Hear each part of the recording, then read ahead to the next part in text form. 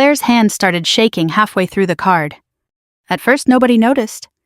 The ballroom was still glowing with soft amber lights. Glasses clinked softly. Someone near the dance floor laughed too loudly. The wedding planner stood near the back wall with an iPad pressed against her chest, like the evening was still under control. Then Claire stopped reading. Just stopped. Her mouth stayed slightly open, but no words came out. I watched my daughter stare down at the card her father had written nearly 14 years earlier, and for one terrible second she looked 16 again instead of 38. Lost, exposed, fragile. The room went completely silent. Even the band stopped moving. Claire swallowed hard and tried again. Claire Bear, she read softly, her voice already breaking. One day you'll learn that people who truly love you never care whether your life looks impressive. They only care whether your heart still feels like home. Her breathing caught. A tear landed directly on the paper. Then another. She lowered the card and covered her mouth.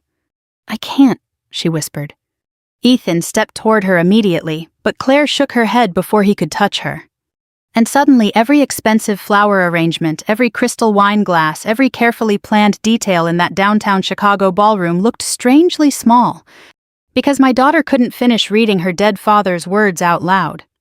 And everyone in the room knew why. 3 weeks earlier, none of this had seemed possible. 3 weeks earlier, my biggest concern had been whether my black dress still fit comfortably around my waist. I was standing in my kitchen in Dayton, Ohio, holding Claire's wedding invitation under the yellow light above the stove, when I first noticed how formal everything felt. Not elegant. Formal. The thick cream paper, the gold lettering, the scripted instructions about valet parking and reception timing. Even the note Claire had added by hand felt careful. Can't wait to celebrate with you, Mom. Not I love you, not I miss you. Just celebrate with you. I stood there longer than I should have, staring at her handwriting while the kettle whistled behind me. 5 years earlier, before Thomas died, Claire would have called me 3 times a week about wedding plans. Back then she still laughed loudly, still cried openly, still sounded like herself. But grief changes people differently. Some people collapse in public. Others slowly become strangers while still smiling at you. Claire had chosen the second option. I turned off the stove and sat at the kitchen table where Thomas used to read the newspaper every morning before work. His chair still faced the window. I still hadn't moved it. That probably sounds foolish to younger people. But when you spend 43 years beside someone, you don't erase them overnight just because the funeral ends. The phone rang while I was buttering toast the next morning. Claire. Hi, Mom. Her voice sounded rushed already. Morning, sweetheart. We finalized the reception schedule last night. Oh, good. Everything's coming together. That's wonderful. There was a short pause. The kind where both people know the real conversation hasn't started yet. Then she cleared her throat softly. So, there's one thing I wanted to talk to you about. I already knew. You don't raise a child for 38 years without recognizing hesitation. What is it? Well, she laughed nervously. We're trying to keep the reception speeches pretty minimal. I stayed quiet. And Ethan's dad is already doing a welcome toast, and the maid of honor speech is running longer than expected. Still quiet? So I thought maybe we could just keep things short and elegant. There it was. Not Mom, I don't want you speaking. Just polished enough to sound reasonable.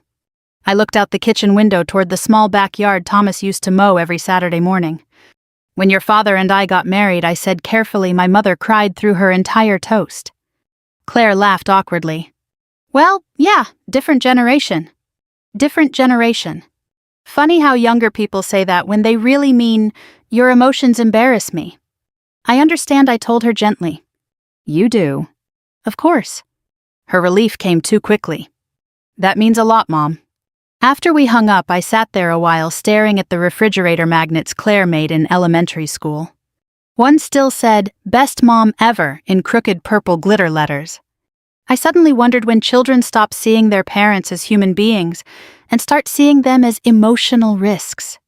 The rehearsal dinner happened 2 weeks later at a rooftop restaurant downtown. Everything looked expensive in a way meant to appear effortless. Tall candles, cream-colored roses, tiny appetizers arranged like museum displays. Claire moved through the room with a smile that never fully relaxed. She hugged people quickly, checked details constantly, adjusted silverware herself when staff already had.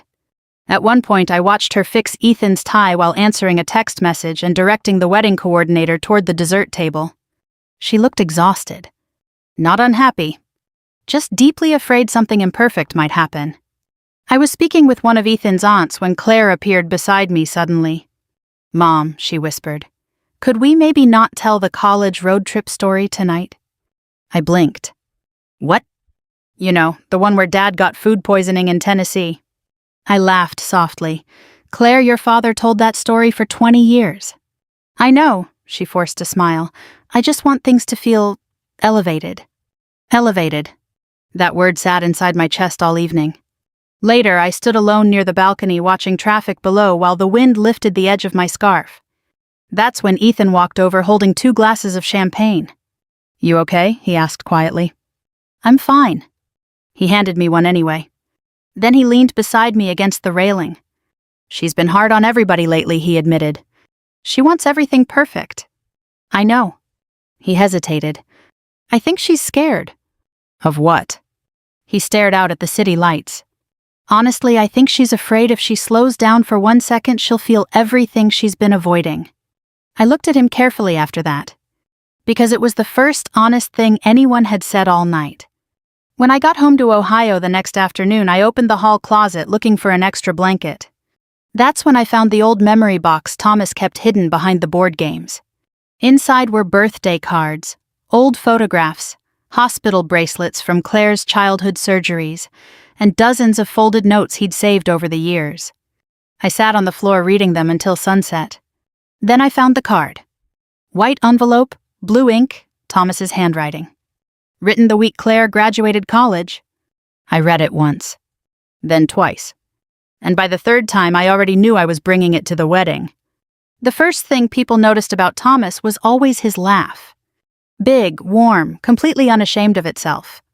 You could hear it across grocery stores, church parking lots, little league fields. It embarrassed Claire when she was 13 and made her adore him again by the time she turned 25. By the end of his life, she called him almost every evening. That was the part I kept remembering while driving back to Chicago the week of the wedding. Not the hospital room, not the funeral, not even the terrible silence afterward. I remembered who Claire had been before grief hardened into performance.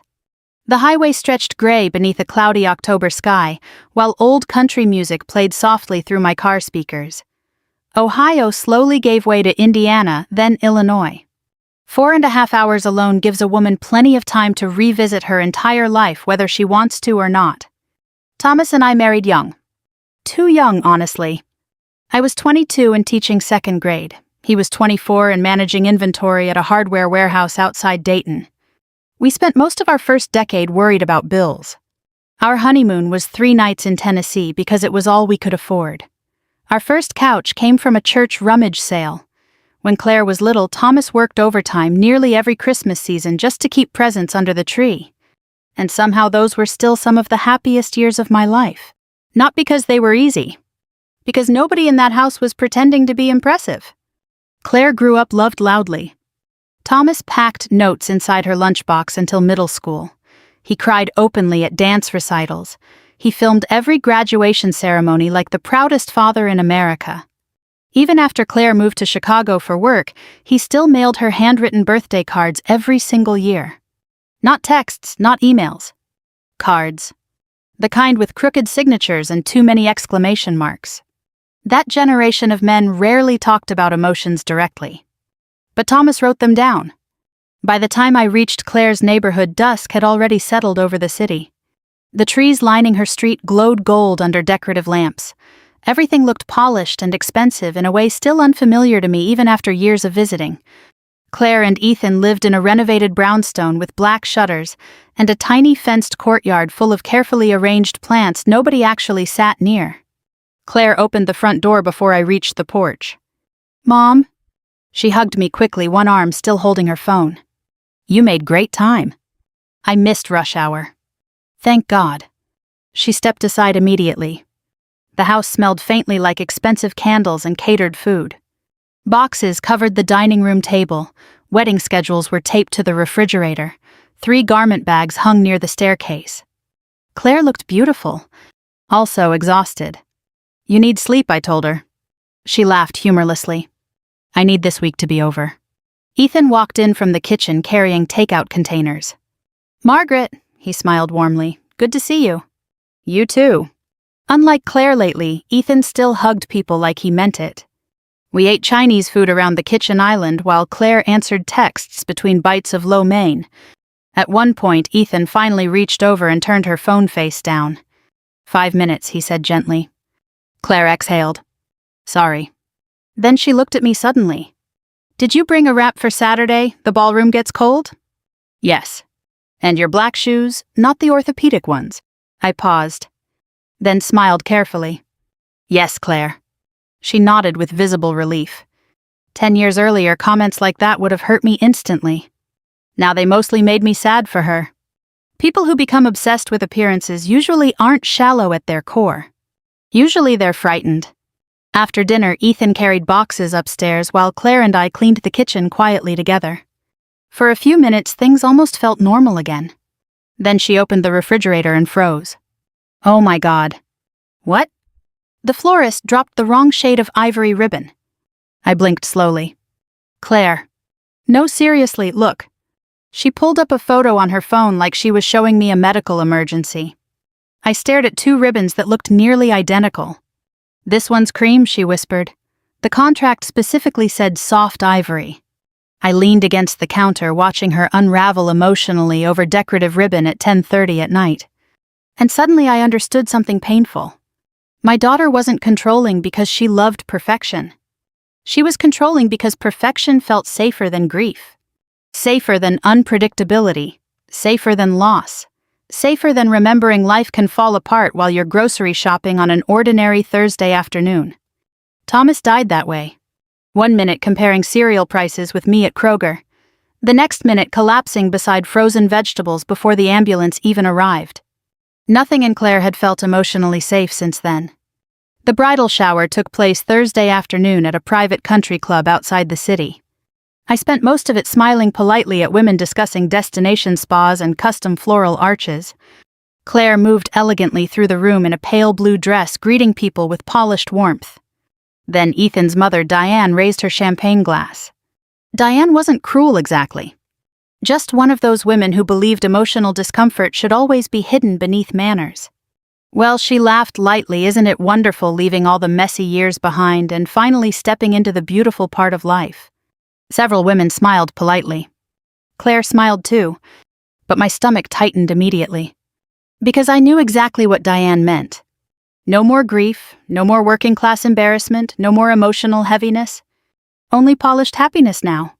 As if human beings could simply redecorate themselves into new people. Later, while guests ate tiny lemon pastries beside the windows, one of Claire's college friends approached me quietly. "You must be so proud of her." "I am. She talks about her wedding non-stop." I smiled. Then the woman added casually, "She doesn't really talk much about family, though." That sentence stayed with me all evening.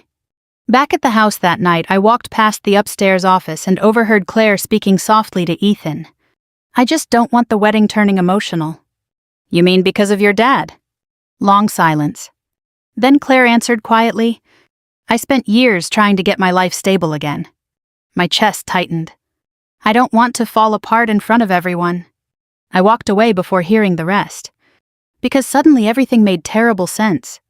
This was never really about elegance. My daughter thought grief was humiliation.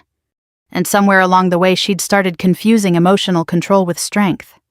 That night alone in the guest room, I opened Thomas's card again beneath the bedside lamp.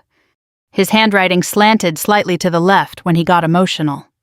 "Claire Bear, never become so busy building a beautiful life that you forget the people who loved you before it looked beautiful." I closed my eyes after reading that line. And for the first time since arriving in Chicago, I seriously considered not attending the wedding at all. By Friday morning, the wedding had stopped feeling like a family event and started feeling like a production. Every surface inside the house held something labeled scheduled, steamed, folded, confirmed, or color-coded. Claire moved through rooms with a clipboard in one hand and cold coffee in the other. Even her smile looked scheduled. I stayed out of the way as much as possible. At my age, you learn there are two kinds of help people ask for. The first kind comes from love. The second comes from panic. Claire was operating entirely on panic now.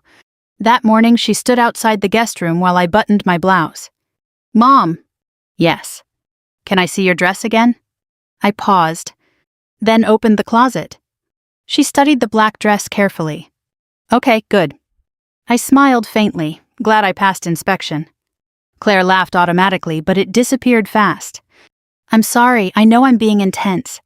"You're stressed." "I just want everything to feel right."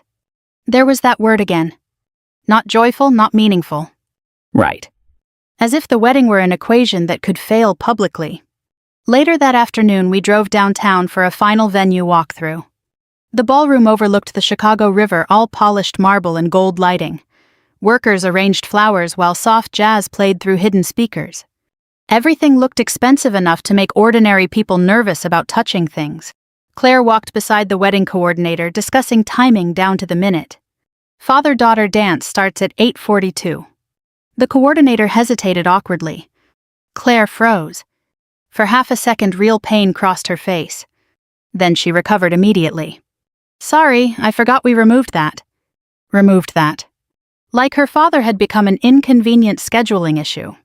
I looked away toward the windows before she could see my expression. The rehearsal itself lasted less than 40 minutes. People laughed, took photos, talked about weather and travel plans. Meanwhile, I sat quietly in the second row watching Claire rehearse happiness like someone afraid to improvise. Ethan noticed before anyone else did. During a break, he sat beside me holding 2 bottles of water. "You okay?" he asked softly. "I'm fine." "You keep saying that." I smiled tiredly. At my age, that becomes habit. He twisted the bottle cap nervously. "She's not trying to hurt you." "I know. She just..." He exhaled heavily. "She thinks if she keeps everything controlled, nothing painful can happen." I stared at the empty altar ahead of us. "That's not how life works." "No." He looked exhausted suddenly. "It really isn't." For the first time, I realized Ethan wasn't simply enabling Claire. He was drowning beside her. That evening, the families gathered for dinner at a steakhouse near the river. Long table, dim lighting, too many wine glasses. I sat halfway down between Ethan's aunt and one of Claire's bridesmaids. Most conversations floated harmlessly around vacations, careers, real estate, wedding logistics. Then Ethan's father asked casually, "So, Margaret, what did your husband do?" The table quieted politely. "Thomas managed inventory for a hardware company," I answered. Claire reached for her wine immediately. "He worked incredibly hard," I added gently. 42 years at the same company," Ethan said warmly. "That's impressive." Claire smiled tightly but changed the subject almost instantly. "So, has everyone confirmed brunch numbers for Sunday?" The conversation moved on. But something inside me cracked quietly right there between the breadbasket and the candlelight. Because she couldn't even sit with her father's memory for 30 seconds. Not publicly. Not around people she wanted approval from. Later, while everyone waited outside for valet parking, I stood near the curb wrapping my coat tighter against the cold wind. That's when Diane walked over beside me. Ethan's mother always looked perfectly assembled even at night. Her hair never moved, her lipstick never faded. "Beautiful evening," she said pleasantly. "It was." She smiled carefully. "You must be very proud of Claire." "I am. She's worked hard to build this life." Something about the wording bothered me immediately. This life. As if Claire had escaped somewhere lesser. Diane glanced toward the restaurant doors before lowering her voice slightly. "I think she's trying very hard to avoid unnecessary emotional complications this weekend." I looked at her calmly. "Emotional complications. You know?" She laughed softly. "Family emotions can sometimes overpower events like this." There it was. Not cruelty. Something colder. The belief that grief itself was socially impolite. I nodded once, then said very gently, "My husband loved loudly. That was never something I planned to apologize for." For the first time all evening, Diane looked uncomfortable. Good. Back at the house, Claire found me in the kitchen around midnight drinking tea alone. "You disappeared earlier." "I was tired." She leaned against the counter quietly. For a few seconds, neither of us spoke. Then she said, "I know this week probably feels strange for you." Strange. Not painful, not lonely. Just strange. I stirred my tea slowly. "When your father died," I said carefully, "I thought talking about him would keep him close." Claire stared down at the marble countertop. But every time people looked sorry for me, she admitted quietly, I felt weak. I looked at her then. Really looked at her. And suddenly I saw it. Not vanity. Not cruelty. Fear. Pure fear. My daughter had spent 5 years trying to become emotionally untouchable because losing her father nearly destroyed her. And now she was terrified anything emotional might pull the grief back out in front of everyone. "I'm not ashamed of him," she whispered suddenly. "I know. But I don't want to fall apart tomorrow." Her voice sounded so small saying it. I reached across the counter and squeezed her hand. "You're allowed to miss your father at your wedding." Claire's eyes filled immediately. She pulled her hand away before tears could fully form. Then she straightened her posture again like someone physically rebuilding walls inside herself. "I should get some sleep," she said quietly. After she left, I remained alone in the kitchen a while listening to the refrigerator hum. At nearly 70 years old, you begin realizing most family damage happens quietly. Not through screaming. Through avoidance, through embarrassment, through the things people refuse to say aloud. Around 1 in the morning, I finally went upstairs and opened my purse beside the bed. Thomas's card rested exactly where I'd placed it earlier. I stared at the envelope for a long time beneath the soft lamplight. Then I whispered softly into the empty room, "Well, Tommy, tomorrow might get uncomfortable." And for the first time in years, I almost imagined hearing him laugh. Wedding mornings are strange things. Too quiet at first, too loud all at once afterward. I woke before sunrise in the guest room, listening to distant traffic outside the window and the soft creaking pipes inside the old brownstone. For a few peaceful seconds, I forgot what day it was. Then I saw the garment bag hanging near the closet and remembered. Claire's wedding. I sat on the edge of the bed a while staring at my hands. At 68, your hands tell the truth about your life whether you want them to or not. Mine looked like a woman who had packed lunches, folded laundry, paid bills, buried a husband, and kept going afterward anyway. Downstairs, the house slowly came alive. Hair dryers, voices, coffee brewing, doors opening and closing. By 8:30, makeup artists had taken over the dining room. Women moved through the house carrying curling irons and garment steamers like emergency medical staff. Claire sat near the window in a white silk robe while someone pinned sections of her hair into place. She looked beautiful, but not relaxed. Never relaxed. I walked into the kitchen quietly to refill my coffee when she suddenly appeared behind me. "Mom." "Yeah." She hesitated, then crossed the room and hugged me tightly without warning. Real hug this time. Not rushed. Not distracted. For 1 second, she felt like my daughter again instead of a woman trying to professionally manage her own emotions. "You okay?" I asked softly. She nodded against my shoulder. "Just overwhelmed." I kissed the side of her forehead. "That's normal." Then just as quickly she stepped back and rebuilt herself. "Okay," she exhaled, "no crying today." That sentence hurt more than she realized. Not because she said it. Because she believed it. The ceremony took place just after 4 o'clock inside an old downtown cathedral. Sunlight poured through stained glass windows in long bands of gold and blue across the floor. Everything looked beautiful in the kind of way magazines love. But sitting there in the second row alone, I kept thinking how strange it was that Thomas should have been beside me. He should have adjusted his tie nervously, should have cried embarrassingly early, should have whispered jokes during the vows. Instead, there was only empty space beside my chair. Claire walked down the aisle, slowly holding Ethan's arm because there was no father left to walk her. For the first time all weekend, I saw real grief reach her face openly. Her eyes searched the pews briefly before settling on me. And suddenly I knew she was looking for him too. The ceremony itself was lovely. Simple, elegant, controlled. Exactly what Claire wanted. Afterward, guests moved to the ballroom overlooking the river while the wedding party disappeared for photographs. The reception room glowed under hanging chandeliers and soft candlelight. White roses everywhere, tall windows, jazz music floating softly through hidden speakers. Every table held small gold-framed photos of family members. Thomas's photo sat near the guest book, but smaller than everyone else's. I noticed immediately. Of course I did. At my table, conversation stayed pleasant and shallow. Travel plans, housing prices, the salmon entree. Meanwhile, Claire moved from guest to guest like a woman afraid to stop moving long enough to think. The speeches started after dinner. Ethan's father gave a polished welcome toast. The maid of honor told funny college stories. People laughed, clapped, drank champagne.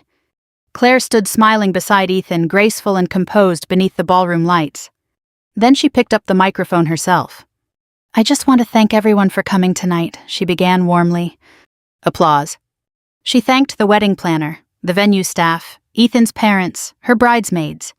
Then she started thanking the people who helped shape this next chapter of our lives. And somehow impossibly she still never mentioned her father. Not once. Something inside me finally went still. Not angry. Just finished. I looked down at my untouched coffee and realized I suddenly wanted to go home more than anything else in the world. Not dramatically. Just quietly. I stood after the applause ended and slipped my purse onto my shoulder. Nobody noticed. That's the thing about older women sometimes. People stop seeing movement unless it causes inconvenience. I had nearly reached the ballroom exit when Claire called softly behind me. Mom. I turned. She walked toward me quickly, bouquet still in one hand. Are you leaving already? You've had a long day, I said gently. I didn't want to make you worry about me. Pain flickered across her face instantly. Good. Not because I wanted to hurt her. Because I needed her to finally hear how lonely that sentence sounded. I'm not worried about you, she said quickly. I mean, obviously I care. I know. I reached into my purse before she could keep explaining. Then I handed her the envelope. At first she looked confused. Then she saw the handwriting. Everything in her face changed. Is this Dad's? I nodded once. He wrote it after your college graduation. I found it a few weeks ago. Claire stared down at the envelope like it might physically hurt her to open it. Ethan stepped beside her quietly. What is it? Claire didn't answer. The room had started noticing us now. Not dramatically, just the slow social silence that happens when human emotion interrupts polished events. Claire opened the envelope carefully. Her fingers trembled before she even unfolded the card. Oh my God, she whispered. Someone near the dance floor said softly, Read it. Then another voice agreed. Claire looked at me uncertainly. I simply nodded. She lifted the microphone slowly. The ballroom fell completely silent. Claire cleared her throat. Then she began reading. Claire Bear, she said softly, already smiling through tears. One day you'll learn that people who truly love you never care whether your life looks impressive. The room changed immediately. Not visually. Emotionally. Like every person there suddenly remembered somebody they missed. Claire kept reading. They only care whether your heart still feels like home. Her voice cracked hard on the last word. She stopped. Tried again. Then came the line that broke her completely. If you ever feel embarrassed by where you came from, remember your mother and I spent our whole lives trying to build a home you would never need to escape from. Claire inhaled sharply. One hand flew to her mouth. The microphone lowered. And in front of 200 wedding guests, my daughter suddenly looked less like a polished Chicago event planner and more like a grieving little girl who missed her father. She tried once more, but couldn't finish reading it out loud. The silence afterward felt enormous. Then Claire looked directly at me and whispered through tears. I'm so sorry, Mom. Nobody knew what to do after Claire broke down. That was the strange thing. People understand champagne toasts. They understand rehearsed laughter. They understand dancing and speeches and expensive centerpieces. But real grief makes a room forget its script. Claire stood frozen near the middle of the ballroom, one hand covering her mouth, while the card trembled in the other. Nobody moved for several seconds. Then Ethan gently stepped beside her and lowered the microphone from her hand without saying a word. The band looked confused. The wedding planner looked terrified. Several guests suddenly became deeply interested in their wine glasses. Meanwhile, I just stood there near the ballroom exit with my purse still over my shoulder, feeling both terrible and strangely calm at the same time. I had not planned to humiliate my daughter. That mattered to me. I hadn't handed her the card to punish her. I handed it to her because I suddenly realized I could not survive another evening pretending Thomas had become socially inconvenient. Claire wiped at her face quickly. "I'm sorry," she whispered toward the room. Someone softly said, "It's okay." Then another person clapped quietly. Not celebration. Compassion. And somehow that made everything more emotional. Claire looked toward Ethan helplessly. For the first time all weekend, she had absolutely no control over the room. And oddly enough, people seemed to love her more for it. Ethan leaned close and whispered something into her ear. She nodded shakily. Then she looked at the guests again. "My dad," her voice cracked immediately. She laughed once through tears, sorry. Nobody minded anymore. The room had changed. All the pressure to appear elegant had disappeared the moment she stopped pretending not to hurt. Claire looked down at the card again. "I spent a long time trying not to feel sad after he died," she admitted softly. No one spoke. "And I think somewhere along the way—" She swallowed hard. "I started acting like missing him was embarrassing." That line landed like a stone in water. Not loud, just deep. I saw Ethan close his eyes briefly beside her. Claire looked toward me again. "And I think I've hurt people because of that." The ballroom stayed painfully quiet. Then Diane, Ethan's mother, slowly stood from her table. For one nervous second I thought she might try to rescue the mood with some polished social comment. Instead, she said quietly, "You loved your father very much." Claire nodded immediately. Diane smiled sadly. "It's never embarrassing when people can see that." That surprised me. Maybe grief had cracked something open in more than one person that night. The band quietly began playing soft piano music while dinner service resumed awkwardly around the room. Conversations restarted carefully. But the atmosphere never fully returned to polished celebration. It became something else. More honest.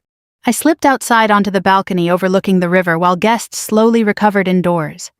Cold October air wrapped around me immediately.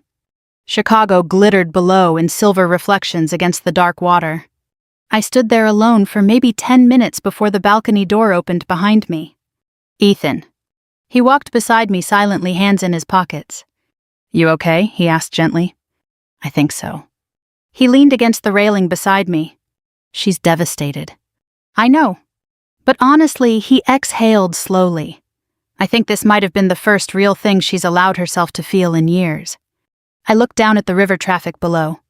"She thought emotions made her weak." "She thinks losing control makes her unsafe," Ethan corrected quietly. That felt painfully accurate. After a moment, he added, "She's been terrified this whole wedding." "Of what?" He gave a tired little laugh. "Everything." The word hung between us. Failure, embarrassment, grief, judgment, loss. All of it. "I should have noticed how bad it was getting," he admitted. "No," I said softly. "You loved her." He looked over at me carefully after that. And maybe for the first time he understood exactly how lonely loving Claire had become lately. Inside the ballroom, guests slowly returned to dancing. But quieter now. Less performative. Almost relieved. Funny how quickly human beings stop caring about perfection once somebody tells the truth.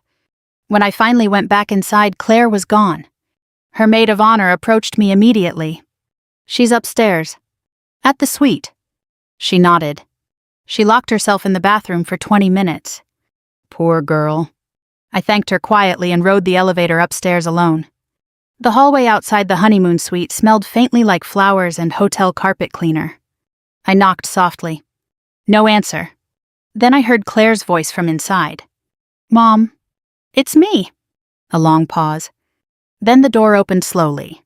Her mascara was ruined, her hair slightly falling apart, the carefully polished version of herself completely gone. And honestly, she looked younger. More real. Claire sat down heavily on the edge of the bed while I remained near the doorway. For a few seconds neither of us spoke. Then she whispered, "I forgot what his handwriting looked like." That sentence nearly broke me. Not because it was cruel. Because it was honest. Claire stared at the card in her lap.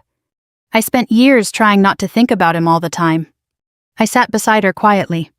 At first it hurt too much, she admitted. Then eventually it just became easier to avoid anything that reminded me of him. Tears slid down her face again. And somewhere along the way I started acting like emotions themselves were the problem. I reached over and smoothed a loose strand of hair behind her ear the same way I did when she was little. You were surviving. I was hiding. Neither of us argued because both things were true. Claire looked toward the hotel window overlooking the city lights. I think I turned my whole life into a performance after Dad died. I stayed quiet. I wanted everything beautiful enough that nobody would notice how scared I was all the time. There it was. The truth underneath all of it. Not vanity. Fear. Deep human fear. Claire lowered her eyes again. And I treated you like part of the mess I was trying to control. The room went very still after that. Then my daughter finally whispered the thing I think she'd been avoiding for 5 years. I miss him every single day. And this time she let herself cry openly when she said it. The morning after the wedding felt strangely gentle. Not happy exactly, but softer. Like a storm had finally exhausted itself sometime during the night. I woke early in my hotel room and stood by the window watching pale sunlight spread across downtown Chicago. The river below looked silver blue in the cold morning light while people hurried along sidewalks carrying coffee cups and briefcases, like ordinary life had never paused at all. Funny how the world keeps moving no matter how emotionally catastrophic something feels inside a family. My suitcase sat half-zipped near the door. I had originally planned to leave before breakfast. Quietly, politely, without creating more emotional weight for Claire after the reception disaster. But sometime around 2 a.m. after our conversation in the honeymoon suite, I realized leaving early would only continue the same pattern both of us had been trapped inside for years. Avoiding difficult feelings instead of living through them. So I unpacked my sweater again. Around 8:30, Claire knocked softly on my hotel door holding 2 coffees. She looked exhausted. Also lighter somehow. "Hi," she said carefully. "Hi, sweetheart." For one awkward second, we both stood there, unsure how to behave after everything that happened. Then she handed me the coffee. "I got your usual. Extra cream, 1 sugar." The fact she still remembered almost made me emotional immediately. We sat near the window in silence for a while before Claire finally spoke. "I barely slept." I figured. I kept hearing Dad's words over and over. I wrapped both hands around the warm coffee cup. "So did I." Claire stared down at the carpet quietly. "You know what the worst part is?" "What?" "I think deep down, I actually believed people would judge me for being emotional about him." That sentence sat heavily between us. Not because it was shocking anymore. Because it was painfully common. People spend years learning how to appear emotionally acceptable to the world. Especially successful people. Especially women. "I started thinking grief was something embarrassing," Claire admitted softly. "Like if I talked about him too much, people would see me as unstable or overly emotional." I looked at my daughter carefully then. 38 years old, successful career, beautiful wedding, expensive life. And still terrified of appearing human. "The people who truly love you," I said gently, "don't leave because you cry." Claire's eyes filled immediately. "I know that now." But her voice carried the exhausted sadness of someone who wished she had known it sooner. Downstairs, the hotel brunch was already underway. Guests filled the ballroom eating pastries and talking quietly about flights home and work schedules. The atmosphere felt noticeably different from the night before. Less polished. More connected somehow. Several people stopped me to say kind things as Claire and I walked in together. One older man squeezed my arm gently. "My wife passed 3 years ago," he said softly. "That card hit me hard." Another woman wiped tears from her eyes while describing how Claire's reaction reminded her of losing her own father. Nobody talked about the expensive flowers anymore. Nobody cared about the seating arrangements. The thing people remembered most about the wedding was the moment somebody finally told the truth. Claire noticed it too. "You know what's strange?" she whispered while we filled our plates. "What?" "I spent a year trying to make this wedding perfect." I smiled faintly. And the only thing people connected to was the one moment I lost control. We sat near the windows while soft jazz played through hidden speakers overhead. For once, Claire wasn't checking her phone every 30 seconds. She actually looked present. Then Ethan joined us carrying orange juice and scrambled eggs. "How are my girls doing?" he asked carefully. Claire laughed weakly. "Emotionally unstable." "Good." He kissed the top of her head lightly. "That means you're finally acting like a real person again." She rolled her eyes but smiled. A real smile this time. After breakfast, Ethan left to help relatives check out of the hotel, while Claire and I walked slowly along the riverfront together. Cold wind moved across the water, forcing us to keep our coats closed tightly. For several blocks, neither of us spoke. Then Claire suddenly said, "I stopped talking about Dad because every time I did it felt like reopening something I barely survived." I nodded slowly. "That makes sense. But eventually..." She stared out at the river. "I think I started building my whole identity around looking unaffected." There it was again. The performance. "I wanted people to see me as successful," she admitted. "Stable, elegant, in control. And emotions didn't fit that picture." She shook her head. "No, especially not messy emotions." We stopped near a bridge overlooking the water below. Claire folded her arms tightly against the cold. "Last night was the first time I've cried about Dad in front of people since the funeral. 5 years. 5 years of swallowing grief until it hardened into emotional distance." "That sounds exhausting," I said softly. Claire laughed quietly through tears. "It was." Then she looked directly at me. "And instead of dealing with it, I started controlling everything around me. The wedding, Ethan, you. That honesty mattered more than any apology could have." "I treated you like you were emotionally inconvenient," she whispered. I reached for her hand immediately. "Number." "Yes." Tears filled her eyes again. "You came there wanting to celebrate with me, and I treated you like a potential problem I needed to manage." The pain in her voice sounded real now. Not performative guilt, not polished remorse. Real understanding. I squeezed her hand gently. "You were scared." Claire nodded. "But I hurt you anyway." Neither of us denied that part either. We stood there together a while, watching boats move slowly beneath the bridge. Then Claire suddenly laughed softly. "You know, Dad would have absolutely ruined the reception timeline somehow." I laughed immediately.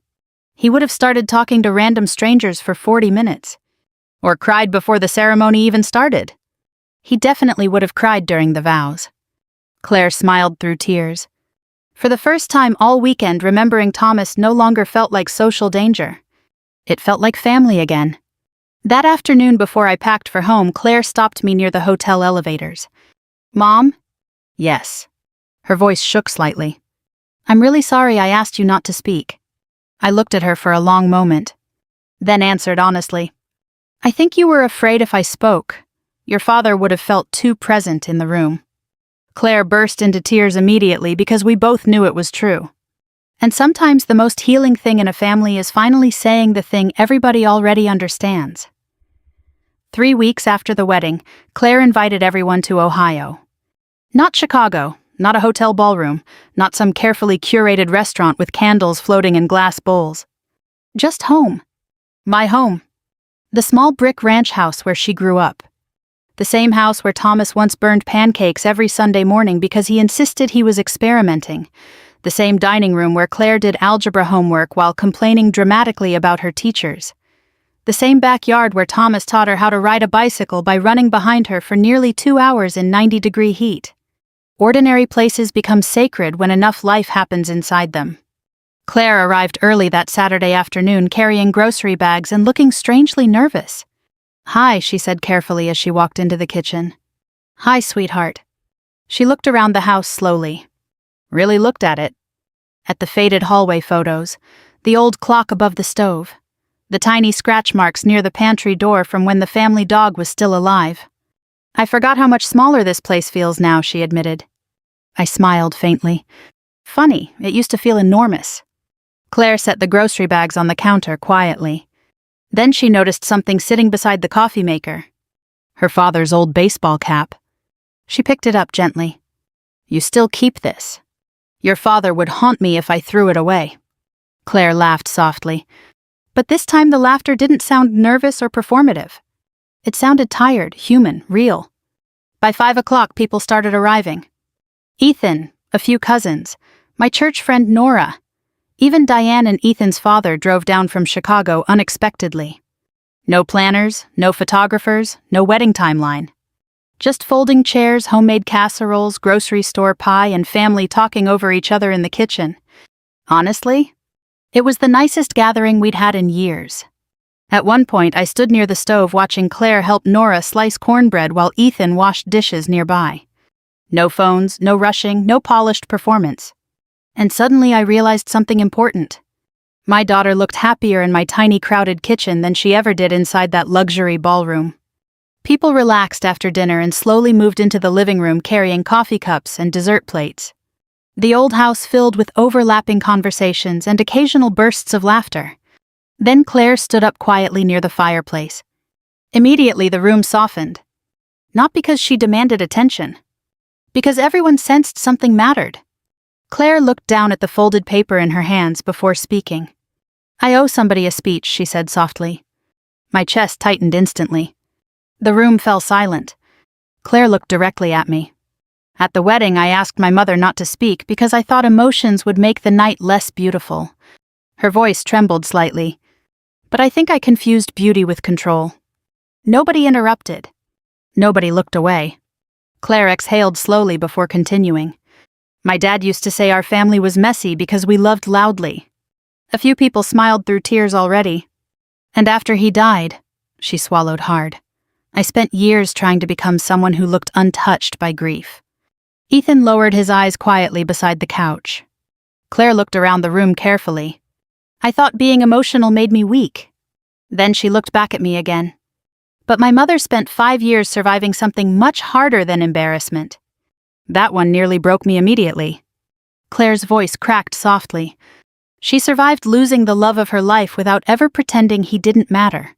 Nobody moved. The room felt still in that deep emotional way families sometimes do when truth finally arrives. Claire wiped her eyes quickly. And instead of respecting that strength, she laughed weakly at herself. I treated her like she might ruin the atmosphere. "Oh, sweetheart," I whispered automatically. But Claire shook her head gently. "No, I need to say it." So she did. Fully this time.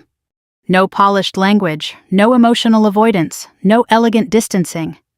Just honesty. I was ashamed of grief because I was terrified of feeling it again. Silence. And I hurt people because of that. Nora reached for a tissue quietly. Even Diane looked emotional now. Claire unfolded the card from her father slowly. Then she smiled through tears.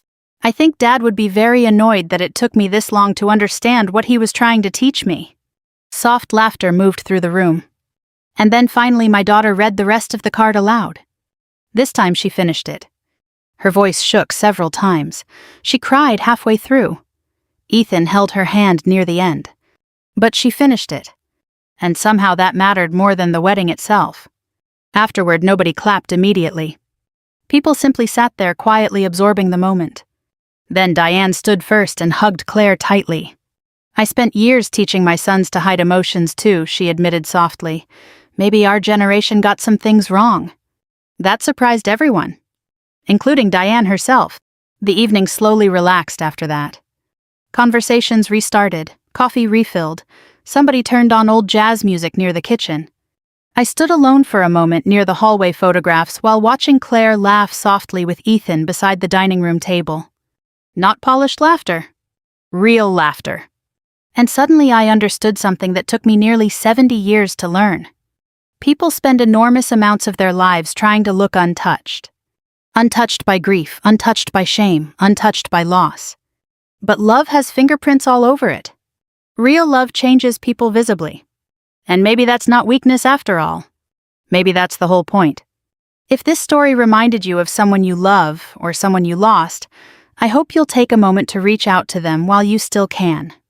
And if you've ever spent years hiding your feelings just to seem strong, I hope you remember this. The people who truly love you were never asking for perfection. Only honesty. Thank you for listening to this story. If it touched your heart, feel free to share it. Leave a comment or subscribe for more deeply human stories about family grief, forgiveness, and second chances.